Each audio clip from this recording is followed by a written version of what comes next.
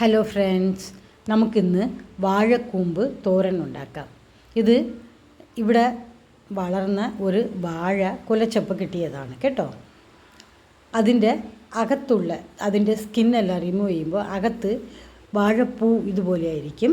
ഇതിൽ കുറേ സ്റ്റിങ്ങുകളൊക്കെ കാണും. ഓരോ പൂവിലും സ്റ്റിങ് കാണും. അതെല്ലാം കൂടെ എടുത്ത് നമുക്ക് മാറ്റിയിട്ട് കട്ട് ചെയ്ത് എടുക്കണം കേട്ടോ. ഇതുപോലെ ചെറുതായിട്ട് നമുക്ക് കട്ട് ചെയ്ത് എടുക്കാം. ചെറുതായിട്ട് കളർ ചേഞ്ച് ആവും, എന്നാൽ കുഴപ്പമൊന്നുമില്ല. 3 വറ്റൽ മുളക് വേണം. ഒരു സവാള ചെറുതായിട്ട് കൊത്തി അരിഞ്ഞെടുക്കണം. കരിവേപ്പില വേണം. 1 കപ്പ് തേങ്ങ, 1/4 ടീസ്പൂൺ ജീരകവും 2 ചെറിയ വെളുത്തുള്ളി കഷ്ണങ്ങൾ വേണം. 1/4 ടീസ്പൂൺ കുരുമുളക് കൂടെ നമുക്ക് എടുക്കാം. ഇതിനെ മിക്സിയിൽ ഒരു കറക്കി എടുക്കണം കേട്ടോ. ഒന്ന് ക്രഷ് ചെയ്തെടുക്കണം. ഇനി ഒരു 4 സ്പൂൺ പരിപ്പ് വേവിച്ചെടുത്തുകൂടെ വയ്ക്കണം. ഇതുകൂടെ ചേർക്കുമ്പോഴേക്കും തോരൻ നല്ല ടേസ്റ്റായിരിക്കും. അതിന് വേണ്ടിയിട്ടാണ് ഈ പരിപ്പ് വേവിച്ച് ചേർക്കുന്നത്. ഇനി നമുക്ക് ചീനച്ചട്ടി അടുപ്പിൽ വയ്ക്കാം. ഇരുമ്പ് ചട്ടിയേക്കാൾ നല്ലത് പാനാണ് നല്ലത് കേട്ടോ. ഇരുമ്പ് ചട്ടിയിൽ നമ്മൾ ഉണ്ടാക്കുമ്പോൾ ചെറുതായിട്ട് കളർ ചേഞ്ച് ആവും, അതുകൊണ്ടാണ്.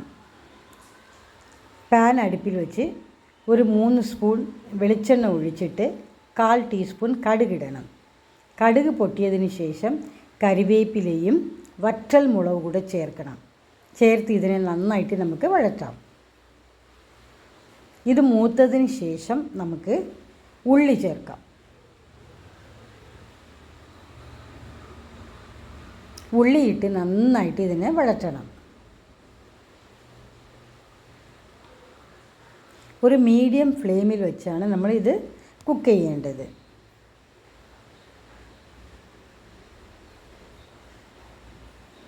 ഇതിലേക്ക് നമ്മൾ ചതച്ച് വെച്ചിരിക്കുന്ന ജീരകം, വെളുത്തുള്ളി, കുരുമുളക് കൂടെ നമുക്ക് ചേർക്കണം.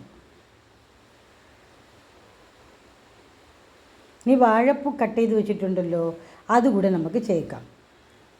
ഇതിൽ നമുക്ക് ഒരു വെള്ളം കൂടെ ഒഴിക്കണം. ഒരു 2 സ്പൂൺ വെള്ളം ഒഴിച്ച് നമുക്ക് വേവിക്കണം.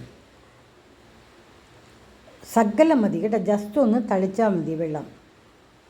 ആ വാഴക്കൂമ്പ് നന്നായിട്ട് വെന്തിട്ടുണ്ട്. ഇതിലേക്ക് 1/4 ടീസ്പൂൺ മഞ്ഞൾപ്പൊടി, 1/4 ടീസ്പൂൺ ഉപ്പ് കൂടെ ചേർത്ത് നന്നായിട്ട് മിക്സ് ചെയ്യണം. ഇനി നമുക്ക് ഇതിൽ വേവിച്ച് വെച്ചിരിക്കുന്ന പരിപ്പ് കൂടെ നമുക്ക് ചേർക്കാം. തേങ്ങയും കൂടെ ചേർത്ത് നന്നായിട്ട് മിക്സ് ചെയ്യണം. നന്നായിട്ട് ഇത് യോജിപ്പിക്കണേ. അപ്പം നല്ല ടേസ്റ്റിയായ വാഴക്കൂമ്പ് തോരൻ തയ്യാറായി. നിങ്ങളും ഇതുപോലെ ഉണ്ടാക്കി നോക്കണേ. ഇത് വളരെ ഹെൽത്തിയാണ്. ഉണ്ടാക്കി നോക്കിയിട്ട് എങ്ങനെ ഉണ്ട് എന്ന് അഭിപ്രായം കൂടെ പറയണം കേട്ടോ. Thanks for watching.